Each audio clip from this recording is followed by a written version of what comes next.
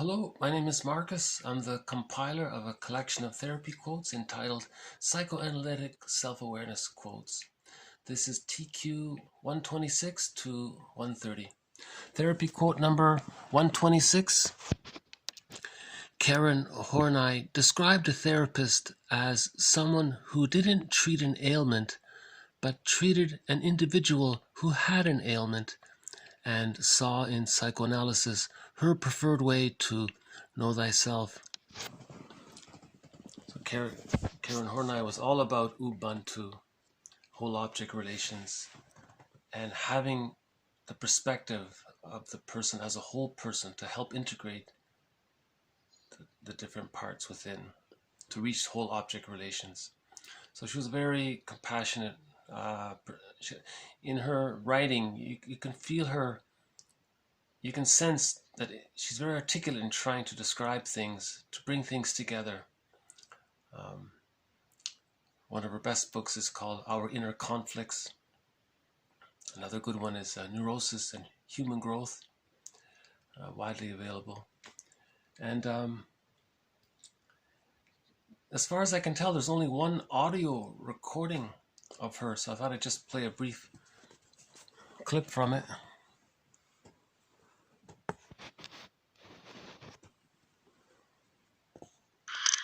In speaking of love, I do not mean sexual infatuation, but think of all varieties of human closeness, friendship, and affection. Sex may or may not be a part of the relationship. I'm thinking of the sort of love for which we all long, even the so-called hard-boiled among us. For not only does it denote happiness, but it is uniquely instrumental in our growth as human beings. It's just the opening to a lecture entitled Overemphasis on Love, 1950, given in 1950. It's actually basically about codependency and transference love. She's trying to distinguish between the genuine love that we're all looking for and the confusion around it when there's an insecure attachment style. And with the insecure attachment style, there's an overemphasis on love. There's an obsession with love, that romantic obsession with love. That's basically the transference love, seeking the perfect mate and all that. Even the hard-boiled among us. So we're all looking for that genuine love. She's referring to when we heal the splits and achieve Ubuntu or whole object relations, we then have access to our real self. And in a previous video called The Capacities of the Real Self, one of them is the ability to form intimate relationships characterized by affection and tenderness and, caring and intimacy, that kind of warm closeness. That's from the real self. But the hard-boiled, is looking for that as well. And she says that even the curmudgeon is capable of it. It's not a complete either-or situation. It's just a question of degree or something. So she's discussing this general topic about transference love versus genuine love. See, the hard-boiled egg, he's the curmudgeon. That's the guy that didn't heal the splits. So as a baby, he had to split the image of his mother into frustrating and satisfying to handle the anxiety of a mother who maybe was preoccupied, wasn't around or available or whatnot. And normally that gets, by the age of 3, the two parts come together to form a whole object. But if there's arrested development, and that didn't happen, splitting precludes mourning. And if mourning doesn't take place, that can lead to melancholia, complicated grief, chronic grief, and that can resemble PTSD, and that can lead to that kind of hard-boiled type of person, or somebody who has characteristics of some of the description related to PTSD. So yeah, that's just a brief introduction to Karen Horney. A few of her quotes have been presented already in earlier videos. In one of her books, she describes the defense mechanism of externalization very well. A whole chapter dedicated to it.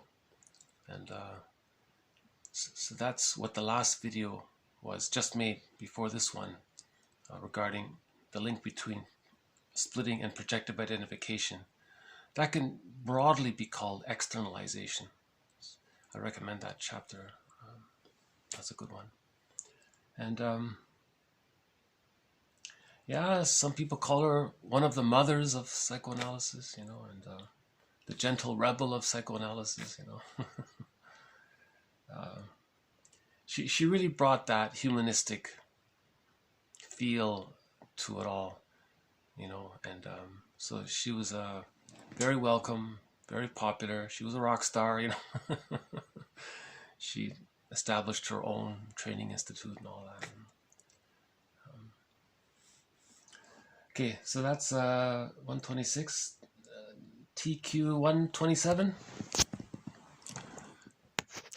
In order to defend himself against feeling abandoned, the infant gets rid of his feelings associated to it by splitting mother into separate images of good and bad.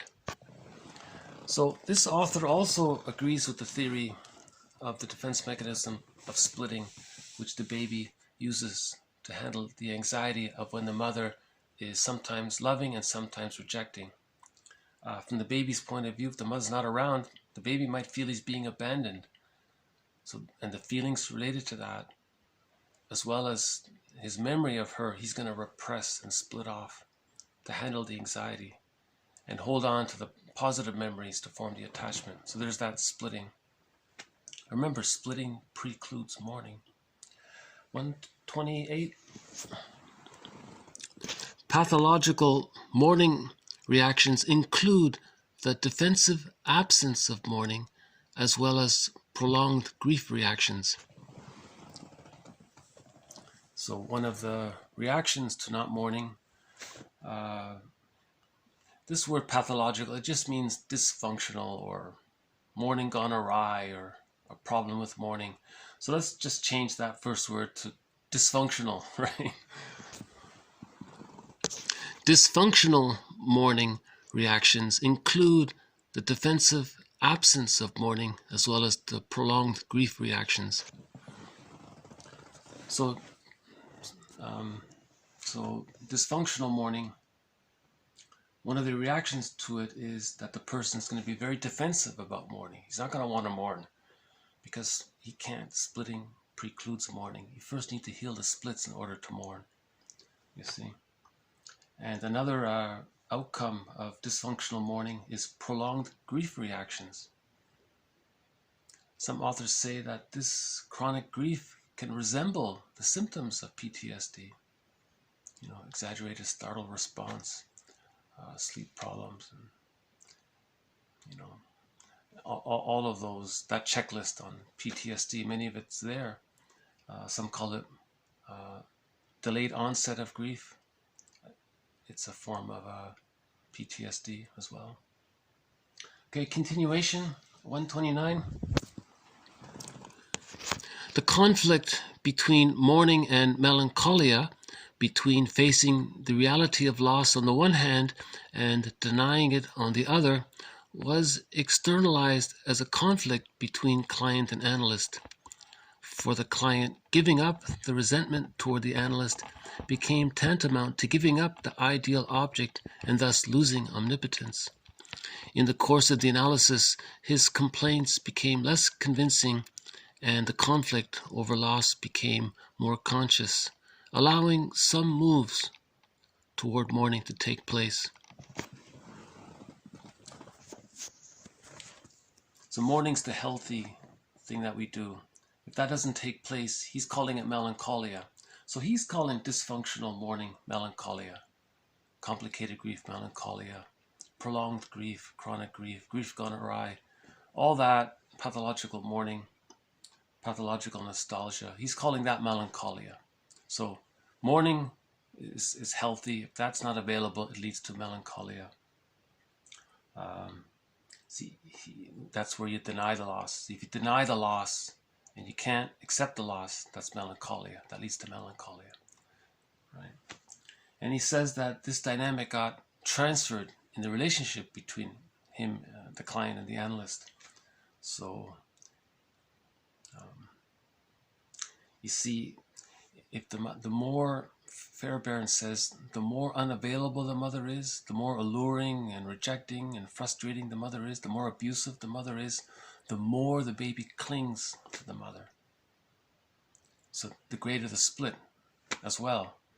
That's why it can lead to complicated grief and melancholia. The person doesn't know how to mourn, or doesn't have the... You need whole object relations to mourn, right? Okay, and one last one, TQ 130. The process of interpretation allows the client to understand his or her past and present inner life in a new, less distorted and more complete way, leading to the possibility of changes in feelings, attitudes, and behavior. So there's the hope. Interpretation loosens things up. If there's petrification, if there's arrested development prior to the age of 3, interpretations can move energy around. So ultimately, the cathexis to the images of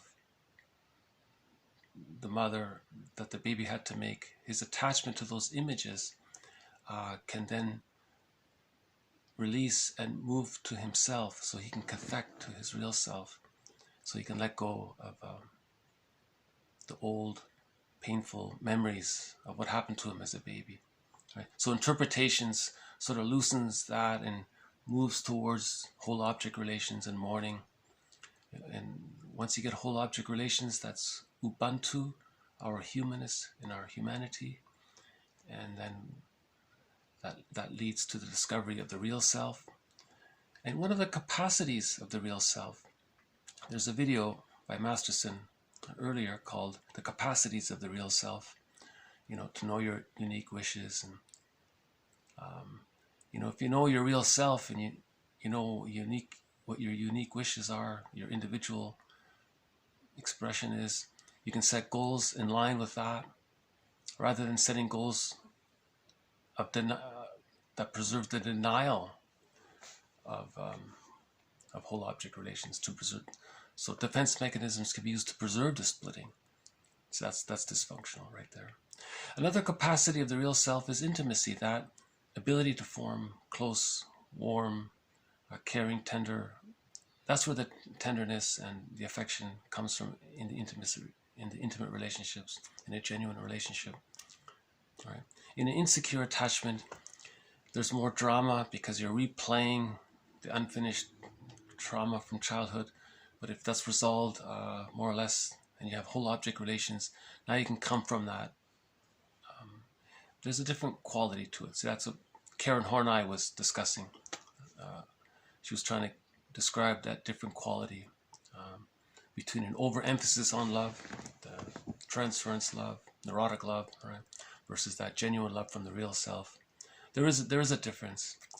They overlap, they can mix up. She says even the curmudgeon, even the hard-boiled egg is capable of some genuine love, So it's not a either or thing. Yeah, so the main idea here is that splitting precludes mourning. And when mourning doesn't take place, it can lead to melancholia, chronic grief. It can make a person become hard-boiled, But interpretations can help loosen that. So this is pretty much a follow-up to previous videos. So I guess I'll just leave it here for today. So thank you very much. This has been TQ 126 to TQ 130. See you next time. Bye for now.